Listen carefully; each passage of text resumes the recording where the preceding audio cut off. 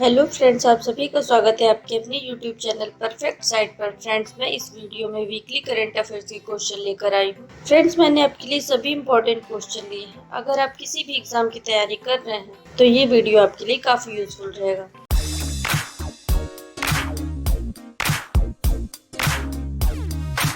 देखते हैं दोस्तों, पहला प्रश्न, चतुर्भुज कक्षा संवाद क्वाड लीडर शिखर सम्मेलन 2022 का आयोजन कहाँ होगा? ऑप्शन है Washington America, Melbourne Australia, Tokyo Japan, Delhi Bharat. तो इसका सही आंसर दोस्तों टोक्यो जापान। देखते हैं कुछ महत्वपूर्ण बिंदु। भारत की तरफ से इस सम्मेलन में प्रधानमंत्री नरेंद्र मोदी जी हिस्सा लेंगे। क्वाड भारत, अमेरिका, ऑस्ट्रेलिया और जापान देशों का एक समूह है जिसका उद्देश्य भारतीय प्रशांत क्षेत्र में लोकतांत्रिक देशों के हितों की रक्षा करने और वैश्विक चुनौतियों का समाधान करना है। ठीक है दोस्तों, देखते हैं अगला प्रश्न। विश्व खाद्य पुरस्कार 2022 किसे दिया गया? ऑप्शन है doctor Cynthia Rosenzweig, M Somnath, doctor Shakuntala Harak Singh, Cyrus Poonawalla. तो इसका सही आंसर दोस्तों डॉक्टर सिंधिया रोसेंजवेग। देखते हैं कुछ महत्वपूर्ण बिंदु। विश्व खाद्य पुरस्कार फाउंडेशन द्वारा अमेरिका जलवायु विज्ञानी, कृषि विज्ञानी एवं नासा की सीनियर रिसर्च वैज्ञानिक डॉक्टर सिंधिया रोसेंजवेग को वर्ष 2022 के प्रतिष्ठित विश्व खाद्य पुरस्कार प्रदान किए जाने की घोषणा की गई है। ठीक है दोस्तों, देखते हैं अगला प्रश्न। भारत का पहला फ्लो केमिस्ट्री टेक्नोलॉजी हब कहाँ खोला गया है? ऑप्शन है हैदराबाद, बेंगलुरु, चेन्नई, मुंबई। तो इसका सही आंसर है दोस्तों हैदराबाद। देखते हैं कुछ महत्वपूर्ण बिंदु। दोस्तों, तेलंगाना सरकार ने हैदराबाद में flow chemistry technology hub FCT hub खोला है। हब अत्याधुनिक फ्लो केमिस्ट्री उपकरण से लैस है और यह फार्म रिसर्च एंड डेवलपमेंट में वैज्ञानिक क्षमता को बढ़ावा देगा। ये दोस्तों, देखते हैं अगला प्रश्न। ई अधिगम योजना किस राज्य सरकार के द्वारा शुरू की गई है? ऑप्शन है हरियाणा, पंजाब, हिमाचल प्रदेश, मध्य प्रदेश। तो इसका सही आंसर है दोस्तों हरियाणा। देखते हैं कुछ महत्वपूर्ण बिंदु। इस योजना के तहत लगभग 3 लाख छात्रों को ऑनलाइन शिक्षा के लिए टैबलेट दिए जाएंगे। सीएम मनोहर लाल खट्टर ने रोहतक के महर्षि दयानंद विश्वविद्यालय में advance digital Haryana initiative of government with adaptive module योजना की शुरुआत की है।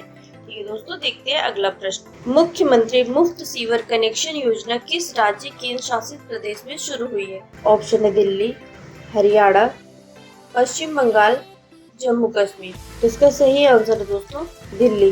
देखते हैं कुछ महत्वपूर्ण बिंदु। दोस्तों, करावल नगर और मुस्तफाबाद की 12 कॉलोनियों में मुफ्त कनेक्शन दिए जाएंगे। इस योजना के लिए सरकार ने 19 करोड़ रुपए आवंटित किए हैं। मुख्यमंत्री मुफ्त सीवर कनेक्शन योजना के तहत 25,000 परिवारों को सीवर कनेक्शन मिलेगा। योजना का मुख्य उद्देश्य सीवेज को यमुना नदी में गिरने से रोकना है। ठीक है दोस्तों, देखते हैं अगला प्रश्न। सीमा सड़क संगठन BRO ने अपना स्थापना दिवस हाल ही में कब मनाया? ऑप्शन है 8 मई, 6 मई, 5 मई, 7 मई। तो इसका सही आंसर दोस्तों 7 मई। देखते हैं कुछ महत्वपूर्ण बिंदु। दोस्तों, भारत के बॉर्डर एरिया में अवसंरचना विकास के क्षेत्र में BRO अग्रणी है। इसका गठन 7 मई 1960 को हुआ था। इसका मुख्यालय नई दिल्ली में है। रक्षा मंत्रालय के तहत यह एक सड़क निर्माण एजेंसी है। राजीव चौधरी BRO के वर्तमान महानिदेशक है। देखते हैं अगला प्रश्न। विश्व एथलेटिक्स दिवस कब मनाया गया? ऑप्शन है 5 मई, 6 मई, 7 मई, 8 मई। तो इसका सही आंसर दोस्तों 7 मई। देखते हैं कुछ महत्वपूर्ण बिंदु। दोस्तों, लोगों को फिटनेस के महत्व के बारे में जागरूक करने के लिए प्रतिवर्ष 7 मई को विश्व एथलेटिक्स दिवस मनाया जाता है। विश्व एथलेटिक्स दिवस पहली बार 1996 में मनाया गया था। इसे प्राइमो नेवियोलो द्वारा लॉन्च किया गया था। विश्व एथलेटिक्स की स्थापना 1912 में स्वीडन के स्टॉकहोम में हुई थी। इसका मुख्यालय मोनाको में। ठीक है दोस्तों, देखते हैं अगला प्रश्न। रेलवे सुरक्षा बल RPF ने मानव तस्करी को रोकने के लिए किसके साथ समझौता किया है? ऑप्शन है association for voluntary action AVA, ISRO, सीमा सड़क संगठन BRO, पश्चिम बंगाल सरकार गवर्नमेंट ऑफ WB। इसका सही आंसर दोस्तों association for voluntary action AVA। देखते हैं कुछ महत्वपूर्ण बिंदु। दोस्तों आरपीएफ और एबीए जिसे बचपन बचाओ आंदोलन के नाम से भी जाना जाता है, ये जानकारी साझा करने और आरपीएफ कर्मियों की क्षमता निर्माण के लिए मिलकर काम करने का संकल्प लिया है। आरपीएफ ने हाल ही में मानव तस्करी को रोकने के लिए ऑपरेशन आहट शुरू किया है। ठीक है दोस्तों, देखते हैं अगला प्रश्न। केंद्रीय गृह मंत्री अमित शाह ने सुंदरवन के दुर्गम क्षेत्रों की सुरक्षा के लिए भारत बांग्लादेश सीमा पर 3 चलती फिरती सीमा चौकियों का उद्घाटन किया है। बीपीओ के साथ 6 छोटी नावें और इनमें घुसपैठ और तस्करी दोनों को रोकने की क्षमता है। इसके अलावा गृह मंत्री ने मंत्री संग्रहालय की आधारशिला रखी है। ठीक है दोस्तों, देखते हैं अगला प्रश्न। हाल ही में किसको एथलेटिक्स इंटीग्रिटी यूनिट ने निलंबित कर दिया है? ऑप्शन है कमलप्रीत कौर, विकास गौड़ा, नीरज चोपड़ा, अमनदीप संधू। तो इसका सही आंसर है दोस्तों कमलप्रीत कौर। देखते हैं कुछ महत्वपूर्ण बिंदु। दोस्तों Olympian discuss thrower Kamalpreet Kaur को एथलेटिक्स इंटीग्रिटी यूनिट ने प्रतिबंधित पदार्थ के लिए टेस्ट में पॉजिटिव पाए जाने पर प्रोविजनली सस्पेंड कर दिया है। 29 मार्च को कमलप्रीत का टेस्ट किया गया था। उनके नमूने में प्रतिबंधित पदार्थ स्टेनोजोलोल पाया गया है। ठीक है दोस्तों, देखते हैं अगला प्रश्न। भारत की तीसरी सबसे बड़ी तेल शोधन और ईंधन विपणन company Hindustan petroleum corporation limited के नए अध्यक्ष और प्रबंध निदेशक कौन बने हैं? ऑप्शन है पुष्प कुमार जोशी, विमल कोठारी, प्रवीण डोंगरे, विश्वजीत राणे। तो इसका सही आंसर है दोस्तों पुष्प कुमार जोशी।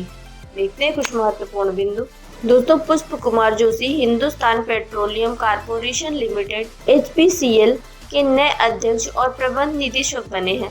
पुष्प कुमार जोशी मुकेश कुमार खुराना का स्थान लेंगे।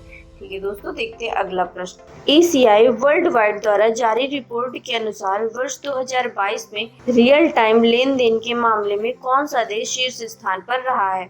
ऑप्शन है भारत, चीन, अमेरिका, जापान। तो इसका सही आंसर दोस्तों भारत। देखते हैं कुछ महत्वपूर्ण बिंदु। दोस्तों ACI वर्ल्ड वाइड द्वारा जारी रिपोर्ट के अनुसार वर्ष 2022 में रियल टाइम लेन देन के मामले में भारत शीर्ष स्थान पर रहा। रियल टाइम लेन देन पर ACI वर्ल्ड वाइड रिपोर्ट के अनुसार वर्ष 2021 में भारत का रियल टाइम लेन देन बढ़कर 48.6 बिलियन हो गया है। तो दोस्तों देखते हैं अगला प्रश्न। किस राज्य सरकार ने निथन्ना बीमा योजना के तहत हथकरघा और बिजली करघा बुनकरों के लिए बीमा कवरेज के विस्तार की घोषणा की है? ऑप्शन है मणिपुर, त्रिपुरा, तेलंगाना, छत्तीसगढ़। तो इसका सही आंसर दोस्तों तेलंगाना। देखते हैं कुछ महत्वपूर्ण बिंदु। दोस्तों तेलंगाना राज्य ने निथन्ना बीमा योजना के तहत हथकरघा और बिजली करघा बुनकरों के लिए बीमा कवरेज के विस्तार की घोषणा की है। इस बीमा योजना के तहत 18 से 59 वर्ष की आयु के बुनकरों के लिए 5 लाख का बीमा कवरेज बढ़ाया जाएगा। ठीक है दोस्तों, देखते हैं अगला प्रश्न। TVS मोटर कंपनी का प्रबंध निदेशक किसे नियुक्त किया गया? सुदर्शन वेणु, उन्नी कृष्णन नायर, रजनीश कुमार, रेणु श्रीनिवासन। तो इसका सही आंसर दोस्तों सुदर्शन वेणु। देखते हैं कुछ महत्वपूर्ण बिंदु। दोस्तों TVS मोटर कंपनी की बोर्ड बैठक में सुदर्शन वेणु को प्रबंध निदेशक नियुक्त किया गया। सुदर्शन ने भारत के अंदर एशिया, अफ्रीका और यूरोप सहित विदेशी बाजारों में कंपनी के विकास में महत्वपूर्ण भूमिका निभाई है। TVS मोटर कंपनी के चेयरमैन वेणु श्रीनिवासन है। ये दोस्तों देखते हैं अगला प्रश्न। गीगावाट सौर क्षमता को पार करने वाला पहला राज्य कौन बना है? ऑप्शन है मध्य प्रदेश, छत्तीसगढ़, राजस्थान, कर्नाटक। तो इसका सही आंसर दोस्तों राजस्थान। देखते हैं कुछ महत्वपूर्ण बिंदु। दोस्तों मेरकम के इंडिया सोलर प्रोजेक्ट ट्रैकर के अनुसार राजस्थान देश का पहला राज्य बन गया है जिसने बड़े पैमाने पर 10 गीगावाट के संचयी सौर प्रतिष्ठानों को पार किया है। ठीक है दोस्तों, देखते हैं अगला प्रश्न। Federal reserve bank of India के निदेशक मंडल में किसे नियुक्त किया गया है? ऑप्शन है अरविंद कृष्ण, रजनीश कुमार, रघुराम राजन, उर्जित पटेल। तो इसका सही आंसर दोस्तों अरविंद कृष्ण। देखते हैं कुछ महत्वपूर्ण बिंदु। दोस्तों IBM के अध्यक्ष एवं CEO अरविंद कृष्ण को federal reserve bank of New York के निदेशक मंडल में चुना गया है। बैंक ने कृष्ण को क्लास B निदेशक चुना है। कृष्ण 31 दिसंबर 2023 तक इस पद पर रहेंगे। अरविंद कृष्ण ने अपनी पढ़ाई IIT कानपुर से की है। ठीक है दोस्तों, देखते हैं अगला प्रश्न। पीएम सुरक्षा बीमा योजना, पीएम जीवन ज्योति बीमा योजना और अटल पेंशन योजना ने 9 मई 2022 को कितने साल पूरे किए हैं? ऑप्शन है 8 साल, 10 साल, 4 साल, 7 साल। तो इसका सही आंसर दोस्तों 7 साल। देखते हैं कुछ महत्वपूर्ण बिंदु। दोस्तों इन तीनों योजनाओं को पीएम मोदी ने 9 मई 2015 को कोलकाता में लॉन्च किया था। पीएम सुरक्षा बीमा योजना और पीएम जीवन ज्योति बीमा योजना 2 बीमा योजनाएं हैं। अटल पेंशन योजना लोगों को वर्तमान में बचत के अवसर प्रदान करती है ताकि उन्हें वृद्धावस्था में नियमित पेंशन मिल सके। ठीक है दोस्तों, देखते हैं अगला प्रश्न। किस राज्य ने लक्ष्मी योजना 2.0 का शुभारंभ किया है? ऑप्शन है मध्य प्रदेश, छत्तीसगढ़, राजस्थान, हिमाचल प्रदेश। तो इसका सही आंसर दोस्तों मध्य प्रदेश। देखते हैं कुछ महत्वपूर्ण बिंदु। दोस्तों मध्य प्रदेश सरकार मेडिकल, आईआईटी, आईआईएम या किसी अन्य संस्था में प्रवेश लेने पर लाडली लक्ष्मी की पूरी फीस का भुगतान करेगी। सीएम ने घोषणा की है कि मध्य प्रदेश सरकार कॉलेजों में शामिल होने वाली लाडली लक्ष्मी को 2 किस्तों में 25,000 रुपए देगी। ठीक है दोस्तों, देखते हैं अगला प्रश्न। बंगाल की खाड़ी में बने चक्रवाती तूफान का नाम आसानी किस देश ने रखा है? ऑप्शन है भूटान, म्यांमार, पाकिस्तान, श्रीलंका। इसका सही आंसर दोस्तों श्रीलंका। देखते हैं कुछ महत्वपूर्ण बिंदु। दोस्तों हंसाने आसानी नाम श्रीलंका ने दिया है जो क्रोध या गुस्से के लिए इस्तेमाल होता है। यह सिंघली भाषा का शब्द है। चक्रवात आसानी 8 मई 2022 की सुबह बंगाल की खाड़ी में बना और इसका प्रभाव भारत के पूर्वी तट पर देखने को मिला है। ठीक है दोस्तों, देखते हैं अगला प्रश्न। राष्ट्रीय प्रौद्योगिकी दिवस कब मनाया गया है? ऑप्शन है 11 मई, 12 मई, 13 मई, 14 मई। तो इसका सही आंसर दोस्तों 11 मई। देखते हैं कुछ महत्वपूर्ण बिंदु। दोस्तों 11 मई 1998 को देश ने पोखरण में परमाणु हथियारों का सफलतापूर्वक परीक्षण किया था। उस समय अटल बिहारी वाजपेयी प्रधानमंत्री थे। 11 मई को पूरे देश में राष्ट्रीय प्रौद्योगिकी दिवस मनाया जाता है। इस दिन पहले स्वदेशी विमान हंस 3 का परीक्षण किया गया था। ये दोस्तों देखते हैं अगला प्रश्न। इंडिगो एयरलाइंस के नए चेयरमैन कौन बने हैं? ऑप्शन है वेंकट रमण सुमंत्रन, उन्नी कृष्णन नायर, एन चंद्रशेखरन, अमित कुलकर्णी। तो इसका सही आंसर है दोस्तों वेंकट रमण सुमंत्रन। देखते हैं कुछ महत्वपूर्ण बिंदु।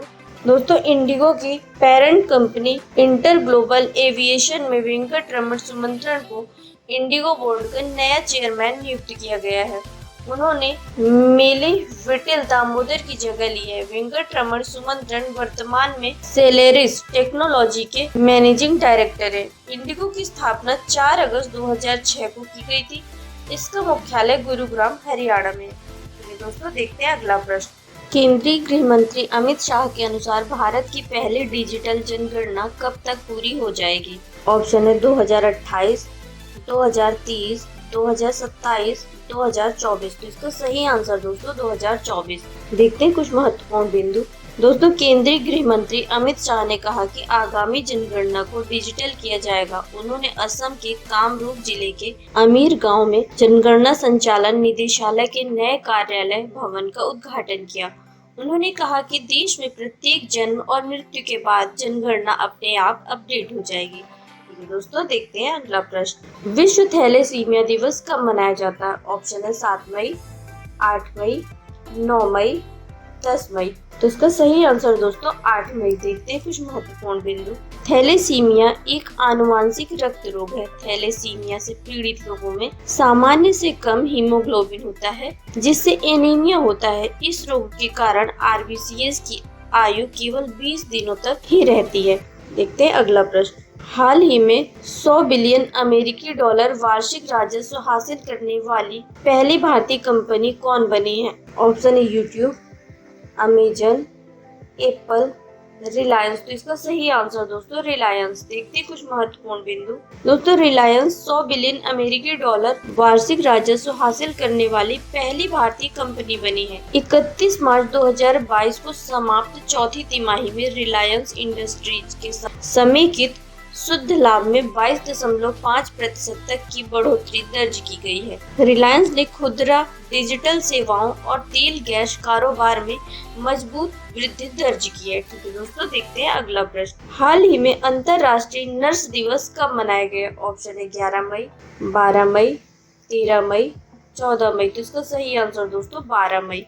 देखते हैं कुछ महत्वपूर्ण बिंदु। दोस्तों, अंतर्राष्ट्रीय नर्स दिवस 12 मई को मनाया जाता है। यह अंग्रेजी समाज सुधारक, सांख्यिकीविद और आधुनिक नर्सिंग की संस्थापक फ्लोरेंस नाइटिंगेल की जयंती है। उन्हें लेडी विद द लैम्प के नाम से भी जाना जाता है। वह आधुनिक नर्सिंग के संस्थापक और एक ब्रिटिश समाज सुधारक तथा सांख्यिकीविद थी। ठीक है दोस्तों, देखते हैं अगला प्रश्न। नाटो साइबर रक्षा समूह में शामिल होने वाला पहला एशियाई देश कौन बना है? ऑप्शन है भारत, चीन, दक्षिण कोरिया, फिलीपींस। तो इसका सही आंसर दोस्तों दक्षिण कोरिया। देखते हैं कुछ महत्वपूर्ण बिंदु।